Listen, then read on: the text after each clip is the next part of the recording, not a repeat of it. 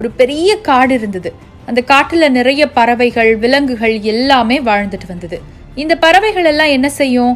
பகல் பொழுதுல தங்களுக்கான உணவை தேடி அலைய ஆரம்பிக்கும்.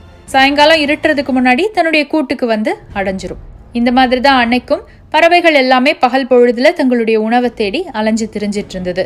இப்படி இருக்கும்போது அன்னைக்கு பார்த்து வானம் கருத்து மழை பெய்ய ஆரம்பிச்சிருச்சு. மழையில கொஞ்சம் கூட பறக்கிறதுக்கு திறன் இல்லாத பறவைகள் எல்லாம் எங்கேயாவது மறைவிடம் கிடைக்காதா அப்படின்னு தேடி மறைவிடத்துல போய் அடைக்கலமாயிருச்சு. கொஞ்சம் பறக்கிறதுக்கு திறன் இருக்கிற பறவைகள் எல்லாம் தங்களுடைய கூட்டை நோக்கி வேகமா பறக்க ஆரம்பிச்சுது. ஆனா ஒரே ஒரு பறவை மட்டும் மறைவிடத்தை தேடியும் அலையல, தன்னுடைய கூட்டை நோக்கியும் திரும்பல.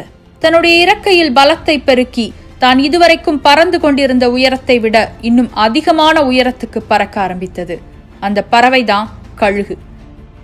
அப்படி அந்த பறவை பறந்துட்டு இருக்கும் போது கீழே தங்களுடைய கூட்டை நோக்கி திரும்பிக்கிட்டு இருந்த மற்ற பறவைகள் எல்லாம் மனசுல நினைச்சுக்கிச்சான், என்ன இந்த கழுகு, இதுக்கு அறிவே கிடையாதா? மழை பெய்யும் போது வேகமா தன்னுடைய வீட்டுக்கு போகணும், அல்லது மறைவிடத்தை தேடியாவது போகணும். இது ரெண்டுக்கும் இல்லாம இப்படி வேகமா மேல பறந்துட்டு இருக்கே அப்படின்னு. ஆனா இத பத்தி எல்லாம் இந்த கழுகுக்கு பயமே கிடையாது. மழையில நனைஞ்சுக்கிட்டே 2 மடங்கு பலத்தோட உயர உயர பறந்துகிட்டே இருக்கு. இப்படி உயரமாக பறந்த கழுகு கடைசியாக மழை மேகங்களுக்கும் மேலாக பறக்க ஆரம்பித்தது. நம்மள பலருக்கும் தெரிஞ்சிருக்கும், மழை மேகங்கள் இடித்து மேகங்களுக்கு கீழே தான் மழை பெய்யும். அந்த மேகங்களுக்கு மேல எந்த மழையும் கிடையாது. இந்த கழுகு மேல இப்ப ஒரு சொட்டு மழை கூட படல. மிகவும் தைரியமாக எந்த மழையிலும் நனையாமல் தன்னுடைய இறை தேடும் பணியை தொடர்ந்தது அந்த கழுகு. இப்படிதான் நீங்களும் இருக்கணும்.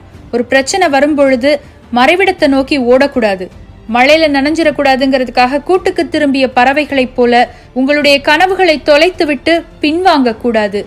எப்படி அந்த பிரச்சனைக்கும் மேலாக கழுகு பறந்ததோ அதே மாதிரி உங்களுடைய பிரச்சனைகள் எல்லாத்தையும் உங்க காலுக்கு கீழே போட்டுட்டு மேலாக பறந்து செல்லணும். அந்த கழுக மாதிரி நீ இருக்கணும்னா கழுகு கிட்ட இருந்து 2 குணங்களை நீ வாங்கிக்கணும்.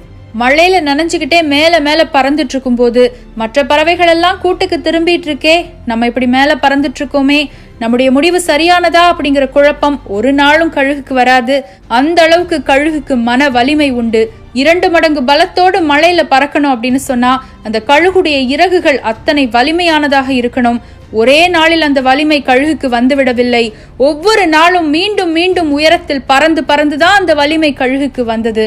அதே மாதிரி நீங்களும் தேவையான பயிற்சிகளை தொடர்ந்து எடுத்துக்கிட்டே வரணும். நீங்க எந்த துறையில் முன்னேறி செல்லணும் அப்படின்னு நினைக்கிறீங்களோ அந்த துறைக்காக தினம் தினம் பயிற்சிகள் எடுத்துக்கிட்டு மனம் தளராம உழைச்சுக்கிட்டே இருங்க. நிச்சயமாக வெற்றி உங்களுடைய பக்கமாக வந்து சேரும் அப்படின்னு சொல்லி முடிச்சாங்க கலாம் ஐயா.